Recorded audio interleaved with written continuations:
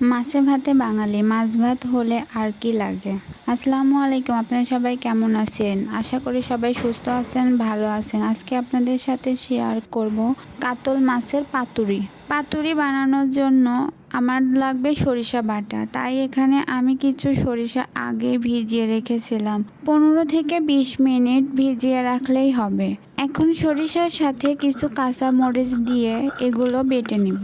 আমি এখানে হলুদ সর্ষে ব্যবহার করেছি। আপনারা চাইলে কালো সর্ষেও ব্যবহার করতে পারেন বা দুটোর মিক্স ব্যবহারও করতে পারেন। আমার সর্ষে বাটার কাজ শেষ। আপনারা চেষ্টা করবেন সর্ষেগুলো পাটাতে বেটে নেওয়ার। পাটাতে বেটে নিলে এতে করে দানা দানা ভাবটা থাকে না। আমি এখানে 2 পিস কাতল মাছ নিয়েছি। এর মধ্যে দিয়ে দিব সর্ষে বাটা, 1 চামচ লবণটা আপনারা আপনাদের পরিমাণ মতো দিতে পারেন। 1 চামচ হলুদের গুঁড়া, হাফ চা চামচ মরিচের গুঁড়া।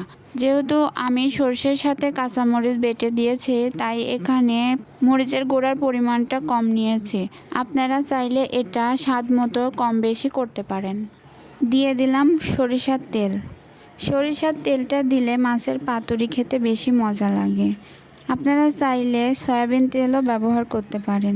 এখন মাছগুলো সম্পূর্ণ উপকরণের সাথে ভালোভাবে মেখে নিব। আপনাদের হাতে যদি সময় থাকে তাহলে মাছগুলো মাখা হয়ে গেলে কিছুক্ষণ রেস্টে রেখে দেবেন। মাছগুলো প্রায় 1 ঘন্টার মতো রেস্টে রেখে দিয়েছিলাম। কলা পাতাগুলো সাইজ মতো কেটে ধুয়ে নিতে হবে সুন্দর করে। কলা পাতা যেহেতু অনেক ময়লা থাকে, তাই এটা ভালো করে পরিষ্কার করে নিতে হবে। এখন কলা পাতাগুলো 2 পাশ ভালো করে আগুনের সাহায্যে পুড়িয়ে নিতে হবে, ঠিক যেভাবে আমি ভিডিওতে দেখাচ্ছি। এতে করে যখন কলা পাতাগুলোতে মাছগুলো মোড়াবেন তখন কলা পাতা ভেঙে যাবে না। কলা পাতাগুলো পোড়ানোর পর দেখতে ঠিক এরকম হবে। এখন কলা পাতায় মাঝখানে দিয়ে দিব আগে থেকে ম্যারিনেট করে রাখা মাছের পিসটি। তার উপর দিয়ে দেব একটা কাঁচা লঙ্কা এবং দিয়ে দেব সরিষার তেল। আপনারা যারা টক খেতে পছন্দ করেন এ পর্যায়ে দিয়ে দিতে পারেন লেবুর রস। এতে করে মাছটা খাওয়ার সময় একটু টক টক লাগবে। এখন কলা পাতাতে মাছটি মুড়িয়ে দিব। প্রথমে এক সাইড থেকে মুড়িয়ে তারপর বিপরীত পাশ থেকে মোড়াতে হবে। এরপর নিচের দিক থেকে মুড়িয়ে উপর দিক থেকে মোড়াতে হবে, ঠিক যেভাবে আমি ভিডিওতে দেখিয়েছি। এরপর সুতার সাহায্যে কলা পাতাটিকে সুন্দর করে বেঁধে দিতে হবে যেন ভাজার সময় মাছগুলো বের হয়ে না আসে। যেহেতু ঢাকাতে কলা পাতা খুব বেশি পাওয়া যায় না, আমি কলা পাতাগুলো অনেক কষ্টে সংগ্রহ করেছি শুধুমাত্র এই ভিডিওটি বানানোর জন্য।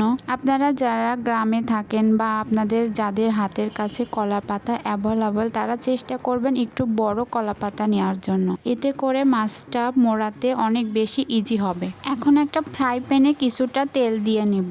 এখন মাছগুলো ভেজে নিব। মাছগুলো কড়াইতে দিয়ে একটা ঢাকনা দিয়ে ঢেকে দিব। কিছুক্ষণ পর ঢাকনাটি সরিয়ে মাছগুলো উল্টিয়ে দিব। আবারও ঢাকনা দিয়ে ঢেকে দিব। এভাবে 10 মিনিট করে 20 মিনিট মাছগুলো ভেজে নিব। এতে করে মাছগুলো পারফেক্টভাবে সিদ্ধ হবে। এখন মাছগুলো একটা প্লেটে উঠিয়ে নেব।